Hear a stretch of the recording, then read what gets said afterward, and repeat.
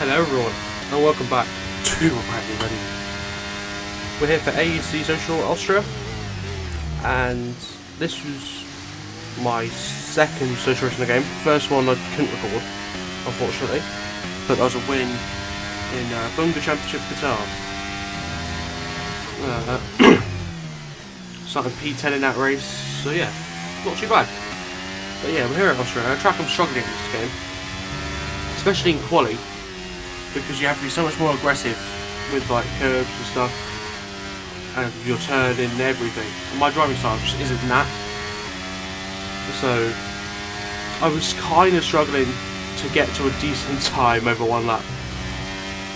As you see, they're crowding to 3.9 banker. He's new to no line, so it's a pretty good bank from him. We do a 4.2, which I think just describes the level of struggle. Anyway, I shall leave you on board with my best lap in session.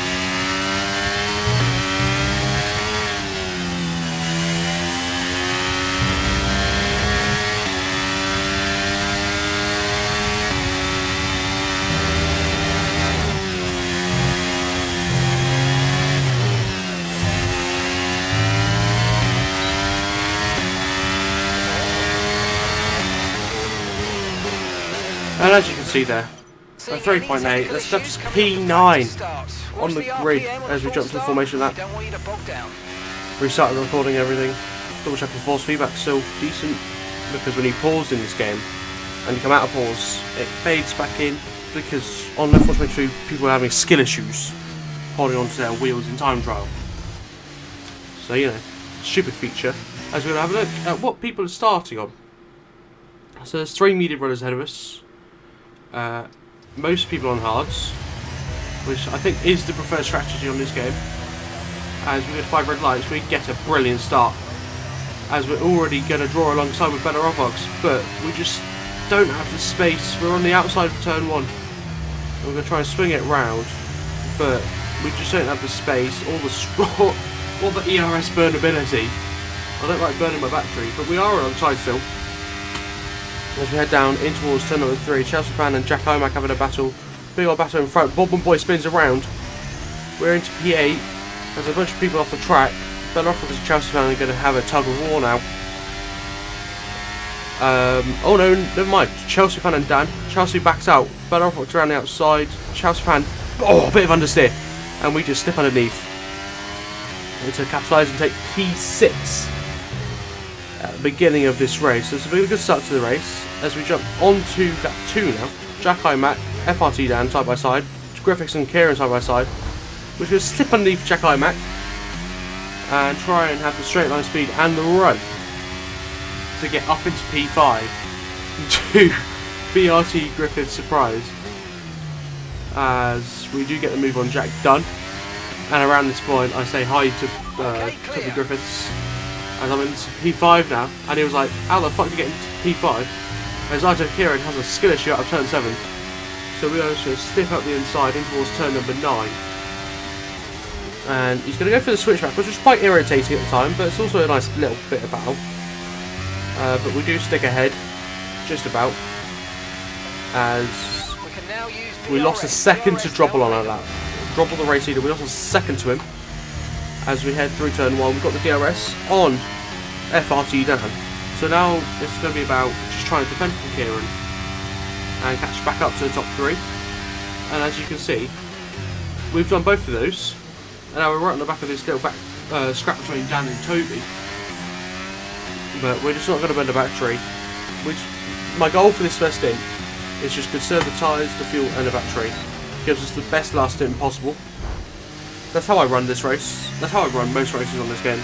because of how the tyre degradation works. But onto lap 7 now, we're going to have to burn the battery, because Kieran is absolutely sending it in towards turn number 3. Bit of contact, we're onto the curb, but we've still got the traction around the outside, got the DRS as well. Drop hasn't got the DRS in front of us, he's been double overtaken.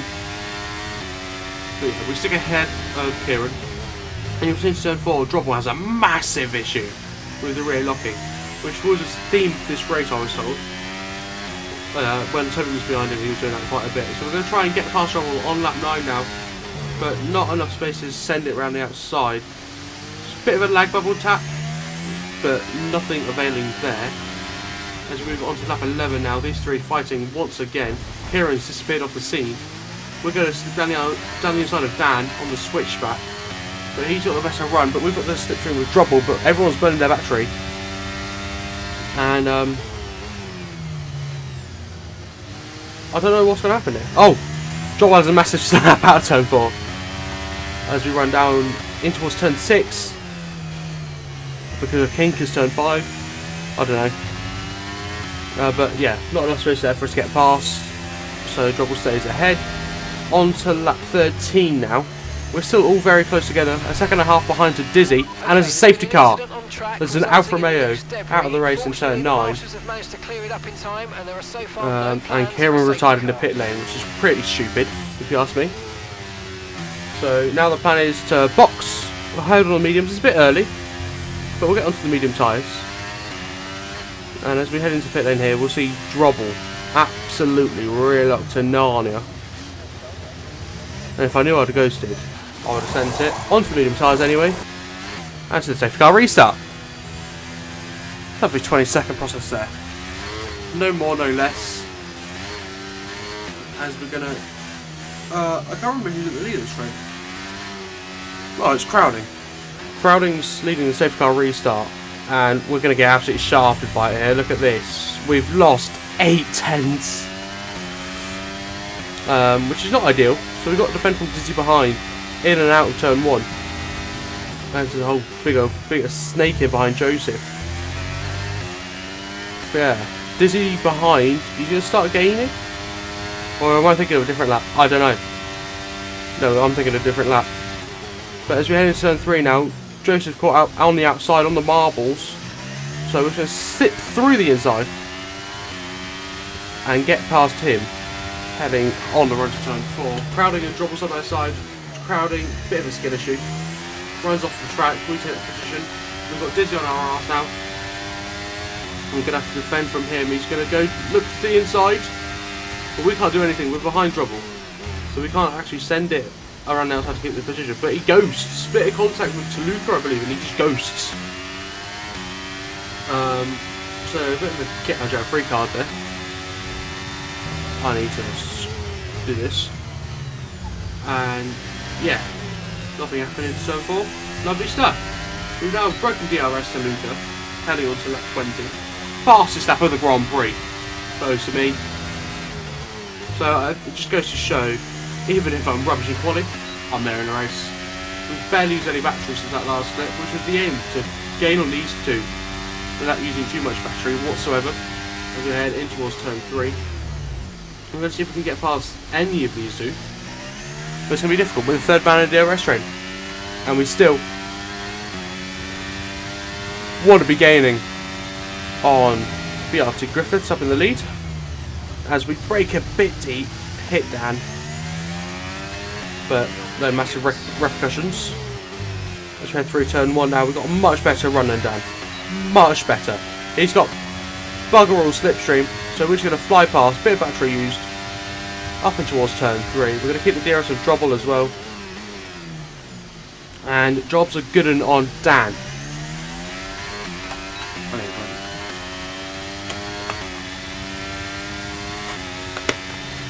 There we are. Oh, Drobble, massive moment out of turn 10, and means it into the wall. That puts us into P2, and we're left to chase down BRT Griffiths, which by the start of lap 25, we've got the DRS. We've got the plan to sit behind, save battery, and if I'm fast, I'll go ahead, but I'm still going to save battery. Basically, we're just going to try not to lose any time, and if we can, pull away from Dan, which will be pretty nice. Gives me and Toby a bit of breathing space to have a battle at the end of the race, if we are managed to do that. But we're just going to slip past Toby in towards turn 3. We can't merge back to the racing line, so it was a bit of a slower line. But we get ahead, no dramas. Dan doesn't get Toby. Jobs are good at. Lap 34 we jump to. We've been leading this whole time, but we've disconnected from the lobby. The thing with this, we only disconnected from the lobby. The party I was still in it.